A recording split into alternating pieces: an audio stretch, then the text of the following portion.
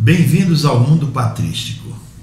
Eu sou o Padre Fábio, sou estudioso das antiguidades cristãs e do mundo da patrística, e hoje quero falar para vocês sobre o quanto o estudo do mundo da patrística me ajudou a crescer como pessoa, a crescer como padre, a me fortalecer interiormente. Eu quero fazer desse vídeo um vídeo testemunho, para que você saiba que o estudo da patrística não é só uma questão de ter conhecimento, de adquirir conhecimento, não é só uma questão daquilo que o grego chama de nous, que é essa parte aqui, não é só uma questão de razão, mas é uma questão muito mais existencial. Estudar os Santos Padres significa mergulhar num caminho de busca de Deus, né? Orígenes, falando sobre o caminho da vida espiritual, ele fala de 43 degraus, e durante o curso eu vou ter um momento que eu vou mostrar esses 43 degraus com muita calma para vocês perceberem essa evolução, né? Também no mundo antigo se falava de uma evolução no modo de amar. Nós partimos de um verbo muito simples, o verbo amor tratado como porneia, né? Que é o amor ligado muito mais à pulsão, desejo, até chegar no amor ágape. Então há uma escada de 10 verbos, né? Que tem a ver também com essa escada da perfeição, que depois será retomada por vários místicos na história da Igreja. Então eu diria que estudar os Santos Padres é entrar num caminho de vida espiritual, primeira coisa, não é?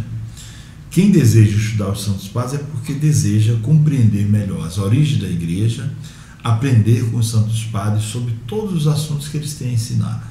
Todo assunto que você pensar, os Santos Padres falaram alguma coisa, está lá na patrística, estão lá na patrística, basta que você vá lá procurar, não é? Então hoje eu vou mostrar um pouco o que esses homens fizeram na minha vida, o que mudou na minha vida. Primeiro, eu posso dizer que quando eu era um jovem, eu creio como muitos jovens, muito cheio de medos. E depois a gente vai aprendendo com os Santos Padres, a gente vê aqueles homens que não tinham medo, não é, de nada. E a gente vai lendo, vai olhando devagarinho o quanto esses homens têm a nos ensinar. Atenágoras, patriarca da Igreja Ortodoxa, diz assim: hoje eu não tenho medo de nada, porque o amor retira todo o medo, o amor cancela o medo. E outro dia eu vi um grande bispo, foi fazer uma pregação na França, eu estava lá naquela ocasião, e éramos mais de 1000 padres, imagine, né? E o bispo começou com essa frase, disse: eu queria dizer a vocês que estar aqui diante de vocês me gera um pouco me faz um pouco ficar ansioso, mas eu não tenho medo, e não vos temo porque vos amo. Então, onde entra o amor, não há espaço para alimentar medos. O medo, eu digo como algo doentio, né? Porque há um medo que é saudável. Pois bem, então a primeira coisa que acontece quando a gente começa a estudar os padres da Igreja, a gente aprende a rezar melhor, como eu disse agora há pouco. A invocação do nome de Jesus é algo muito interessante, e que essa invocação do nome de Jesus acompanhe o respiro do corpo e o respiro da alma. Segunda coisa, aprendemos a olhar a Sagrada Escritura de um modo totalmente diferente, porque os Santos Padres interpretam partindo da letra, da chamada filologia, até a alegoria. E esse processo da letra para a alegoria é um processo que envolve várias etapas, não é? E nós vamos tratar sobre isso no nosso curso também.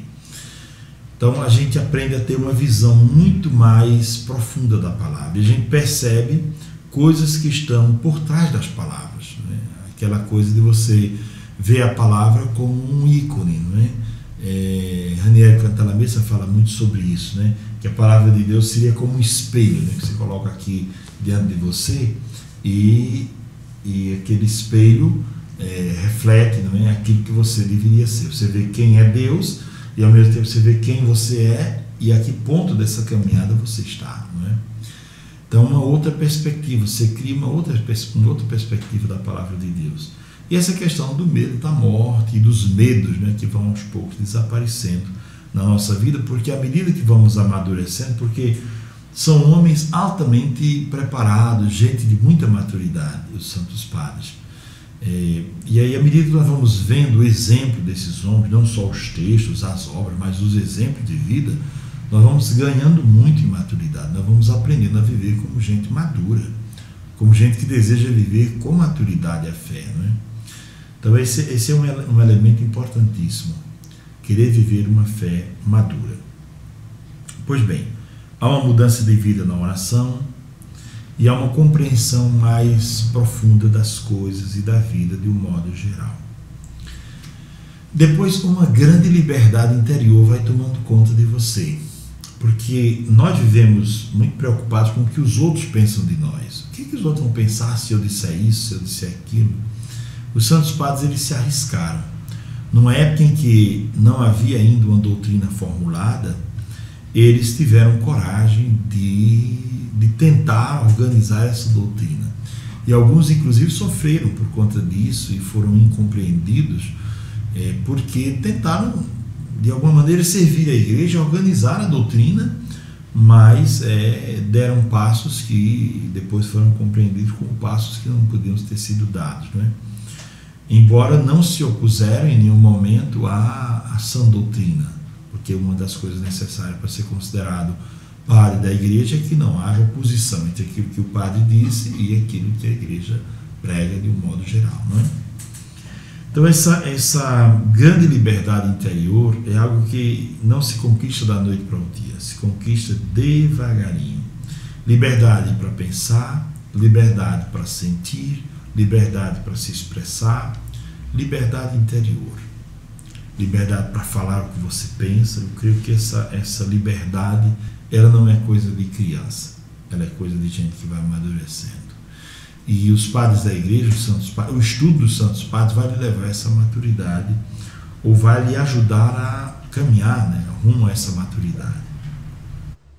Depois, uma outra coisa que eu percebi que mudou muito em mim foi essa compreensão das bem-aventuranças como um caminho de felicidade muito real, a partir dos santos padres. Veja que Santo Agostinho comenta as bem-aventuranças, outros padres comentam também, muitos padres comentam as bem-aventuranças, e a gente encontra nas bem-aventuranças um caminho real, verdadeiro para ser feliz. Eu encontrei isso, né?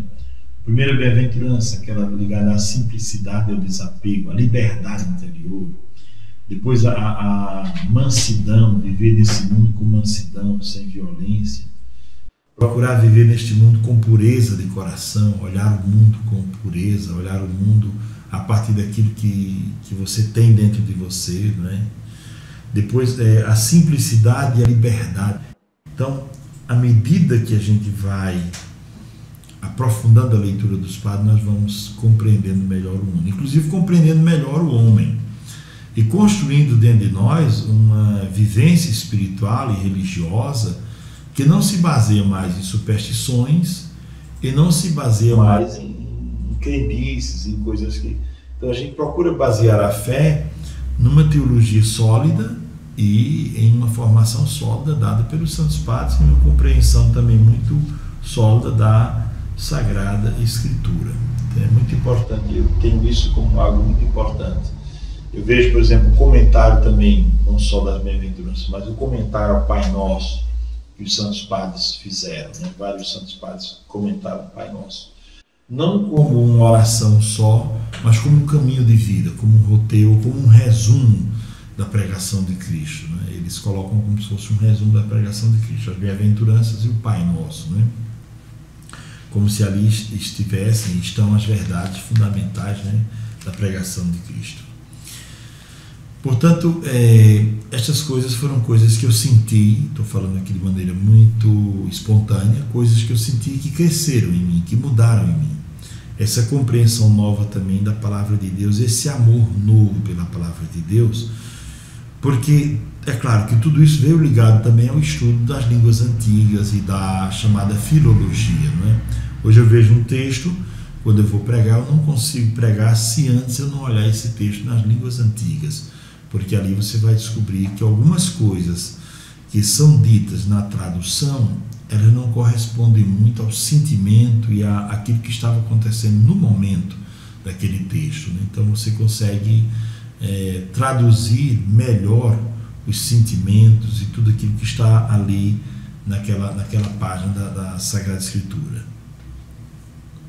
Depois, um outro pilar importante é o pilar da vida espiritual, é a procura de um mestre espiritual. Todo mundo deveria ter um mestre espiritual. Nós vamos tocar sobre esse assunto depois no curso, a importância de ter um mestre espiritual e saber escolher bem. Os santos padres, a maioria, tiveram mestres espirituais, né? E esses mestres espirituais eram procurados entre os monges do deserto ou entre pessoas que tinham muita vida de oração, para que pudessem guiar os santos padres no caminho certo. Então é interessante que você escolha um mestre espiritual. Eu tive vários mestres espirituais que me ajudaram muito, e pessoas realmente que eu via que tinham vida de testemunho, que podiam me ajudar, não só um mestre que tem conversa, mas um mestre que tem também vida de testemunho, né, para te ajudar, né? São Jerônimo, por exemplo, andou por muitos lugares procurando um mestre espiritual, até que encontrou, né? E os santos padres fizeram esse percurso. Depois, uma outra coisa que os santos padres e os monges do deserto me ensinaram muito foi o valor de ter algum tipo de sensibilidade também para o trabalho manual. Eu não gostava de fazer certas coisas, mas a gente vai percebendo, né? Inclusive, me despertaram para também um contato mais efetivo, mais próximo com a natureza, que os monges tinham muito isso, não é? E eu tinha medo até de cachorro, comecei a criar um cachorro depois que eu fui aprofundando a leitura dos santos padres e vendo, por exemplo, que São Jerônimo conviveu com um leão, né, por um bom tempo da vida. E outros padres, outros santos padres e monges do deserto conviviam com animais, né, na floresta ou nas cavernas. Então, para dizer que é interessante, é a realização daquela profecia de Isaías, né, que nós teremos com a natureza, com o criado, uma comunhão muito, muito profunda. Pois bem, depois outra coisa interessante, gente, que vale a pena tocar, são os valores humanos e éticos que os santos padres despertam na gente. Primeiro, o valor da humildade, que é de onde parte tudo, né? Santo Agostinho dizia que a humildade é a porta de todas as virtudes. Se a pessoa conseguir viver com humildade, ela tem já a porta aberta para viver todas as outras virtudes. Então essa é uma virtude importante. Depois, a questão do respeito. Os santos padres tinham muito respeito para com o que os outros pensavam, discutiam teologia sem haver essa falta de respeito. Às vezes discussões acaloradas, mas sempre com muito respeito, respeito ao outro, respeito ao próximo. A questão também do cuidado com aquele que precisa, é algo muito interessante, está na patrística. E o valor da humildade, da empatia, também um outro valor interessante. O valor do senso de justiça e da verdade, esse é um valor muito cultivado na patrística, porque coisa ruim e difícil é você conviver com gente falsa ou com falsidade, né? Eu acredito que os santos padres, nesse sentido, eles eram sempre muito verdadeiros e diziam o que pensavam, mesmo se isso custasse sofrimentos, custasse exílio, custasse perseguição, custasse até o sangue ou a morte, mas eles diziam o que eles pensavam. Isso é muito interessante. Os santos padres não tinham esta coisa de esconder o que pensavam, né? Eram muito verdadeiros. Às vezes a gente se decepciona nos ambientes religiosos quando a gente vê alguém que a gente admira e que devia dizer a verdade, mentindo, fazendo jogo ou fazendo certas coisas que, né? Todos nós temos falhas, temos fraqueza, mas devemos buscar esse senso de justiça, esse senso de verdade. Um outro ponto é a questão da solidariedade. Eu penso que os santos padres, nós podemos ver o cuidado que eles tinham, né? São João Crisóstomo chegou a vender um cálice para dar comida aos pobres, então havia muita sensibilidade nesse sentido para com os necessitados.